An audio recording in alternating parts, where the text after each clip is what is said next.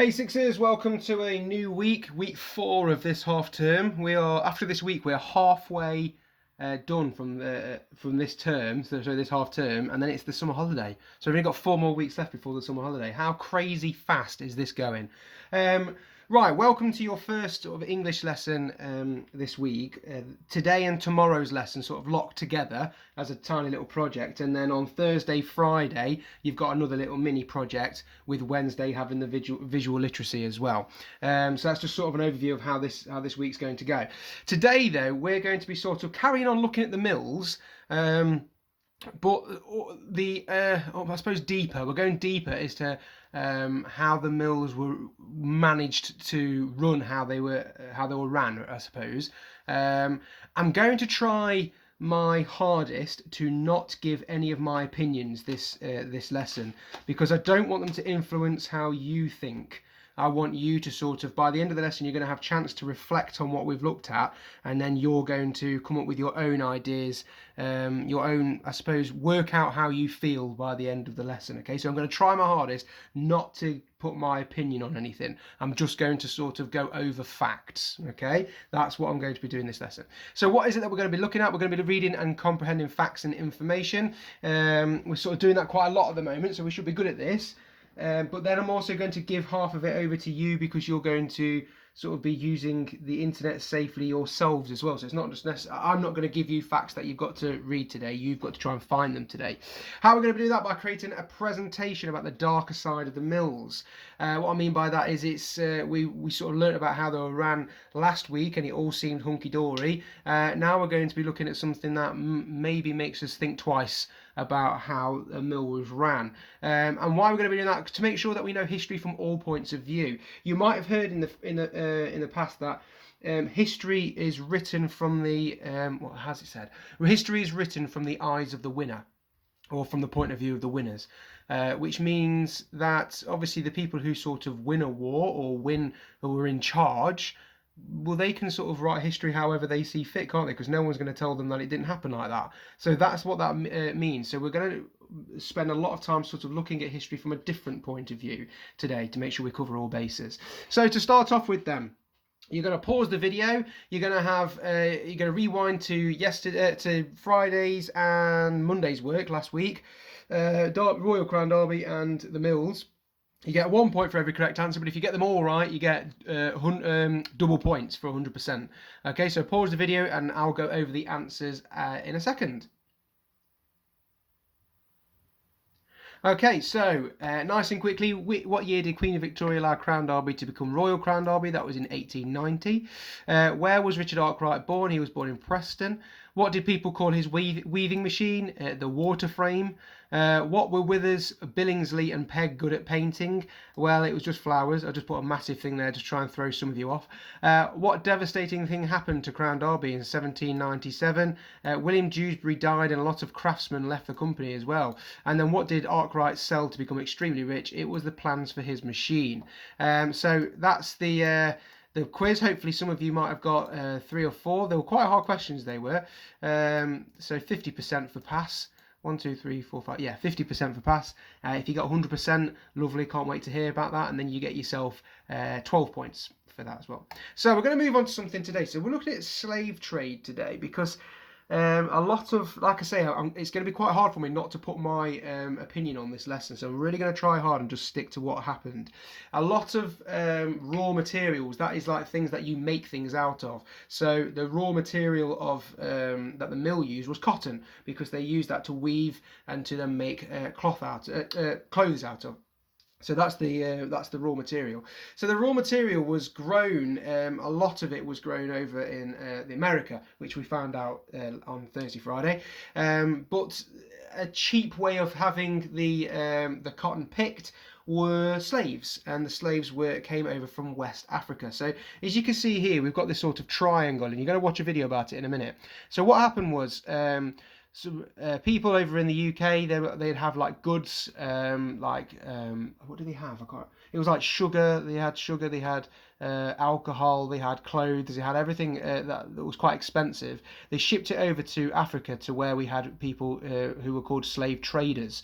And what they did then was they bought slaves over here, and they used either what they'd bought over on the ships to trade with, or they sold that and had money, and then they bought lots and lots of slaves, and then they'd come over to the Americas. So here we've got sort of some of the islands in America, sort of the Caribbean here, but it was also the south of America here.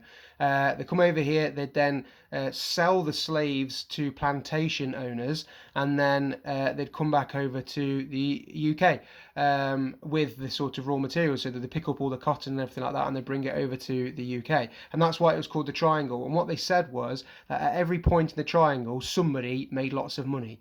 Okay, at every point of the triangle, somebody made lots of money. What I want you to do now is watch this video for me. Just pause and try and reflect over what that video has just told you. If you're in school, chat to the people inside your classroom. If you're at home, obviously chat to mum, dad, cat or dog, anybody who's there, about what that video is showing you. It's only about 1.5 minutes, 2 minutes long, that video is. So have a look at the video, and then pause this video for me. Okay, so hopefully that's made a bit more sense about the slave triangle, and you'll sort of see what I mean now about how people at each point made money at each point of the triangle.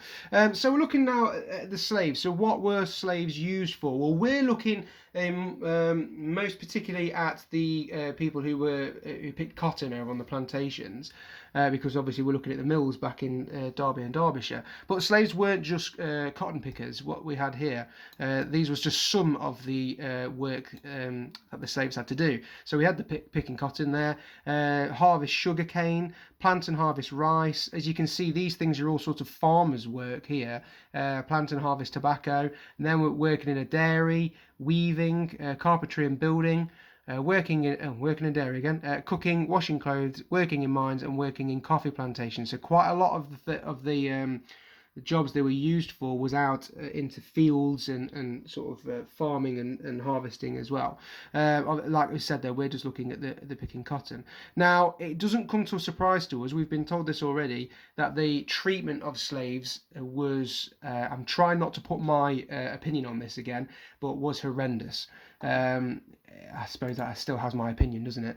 I tried my hardest there. So what we've got here, I want you to do is pause the video again and read these bits here. These are two separate sources of evidence that we've got here. So source A, it says here, which is this one, it's from a textbook. It gives information from the work of slaves. So we know if it's from a textbook, is that primary or is it secondary? Well, primary is first-hand account, so it must be secondary account there then, secondary source. So this is just from a textbook, and then I've just got a think box here as well. Is just pause the video and have a think just from this. Some questions to get you thinking, and then this is actually what somebody's witnessed as well and what somebody said. So this is a primary source as well. So what I want you to do is pause the video and have a read over those things there, and have a go at answering these questions, reflect on these questions here in the think box. So have a pause, have a read.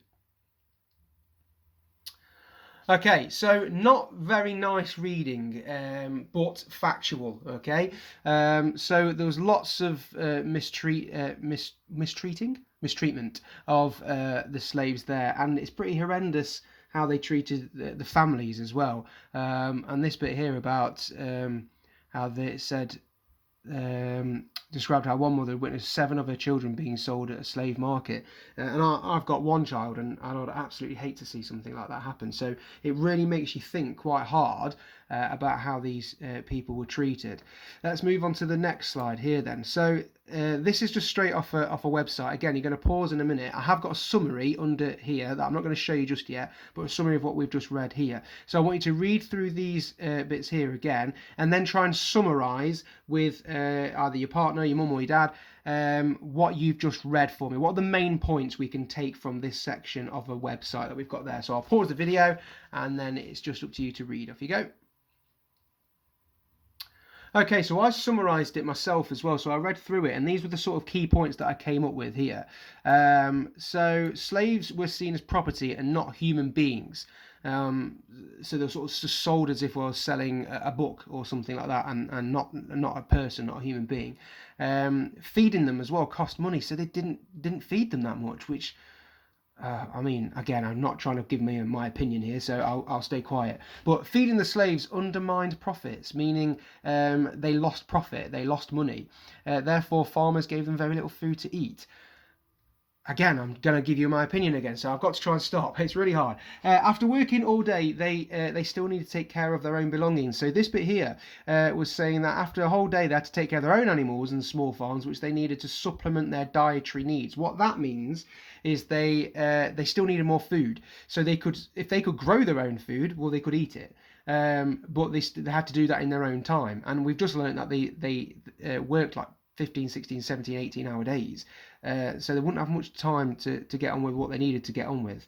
And then here as well, the further south in America they went, that doesn't mean South America, that's not the different continent, but in North America, the south part of that, the worse they were treated as well. So it said here that it was almost like a punishment. They were threatened by their masters into not escaping in fear of being sold down the river, as in down south, because they'll be treated even worse, really.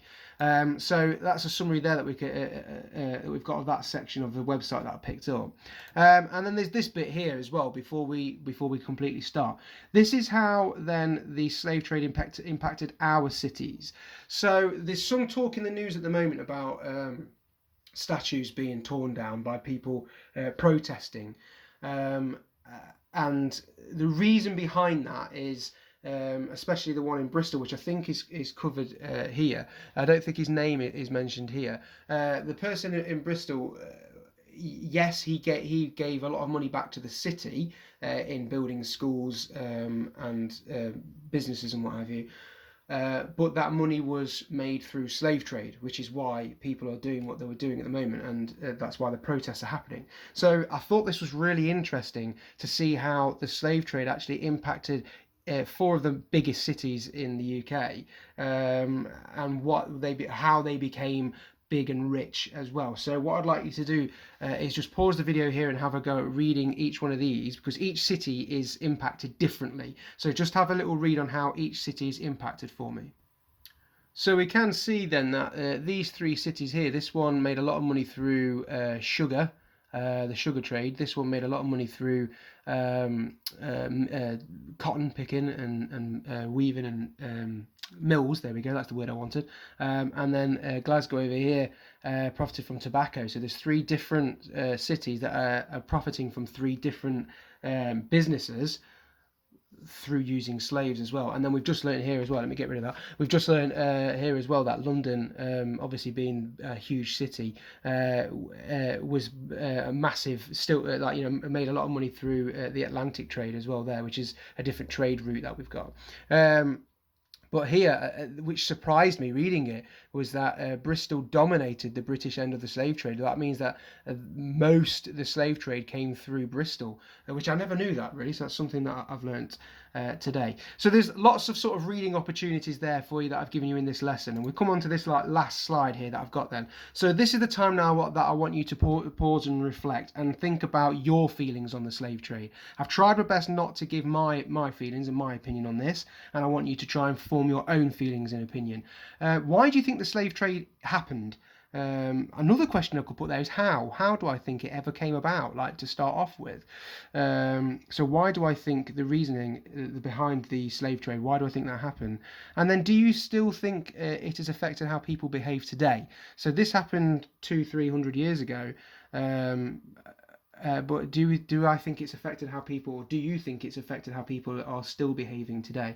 And then further research as well. So now this is time for you to go on and try and look at these things. Keywords that I thought you might want to look for are slave trade, slave triangle, and cotton plantations, because obviously we're trying to still look at the mills, but putting key stage 2 or key stage 3 afterwards, that tailors it to our needs.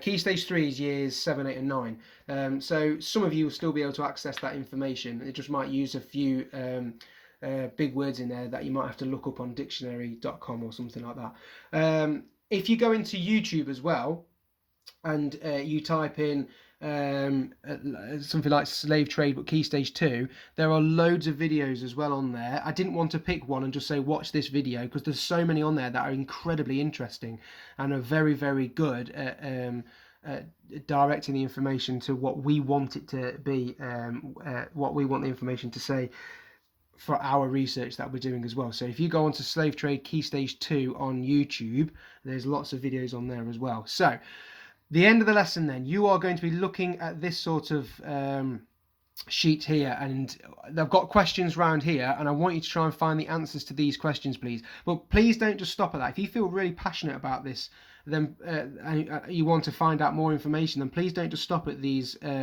8 questions that I've given you. Go ahead and look at more of this. There's particular names you might want to research as well, who were they might have been slaves at a particular time, but then they spurred on sort of actions for people to try and escape the slave trade, and they were sort of influencers and role models to try and stop the slave trade from happening. So you might want to try and have a look at some of those like powerful people as well at the time. So good luck with it. I would say enjoy it, but some of you might not necessarily find it enjoyable a topic to do, but try and find it interesting, please, and form your own opinions on it. And good luck with it, and I shall hopefully see this sheet onto Classroom, Google Classroom or Class Dojo. See you later, Year 6.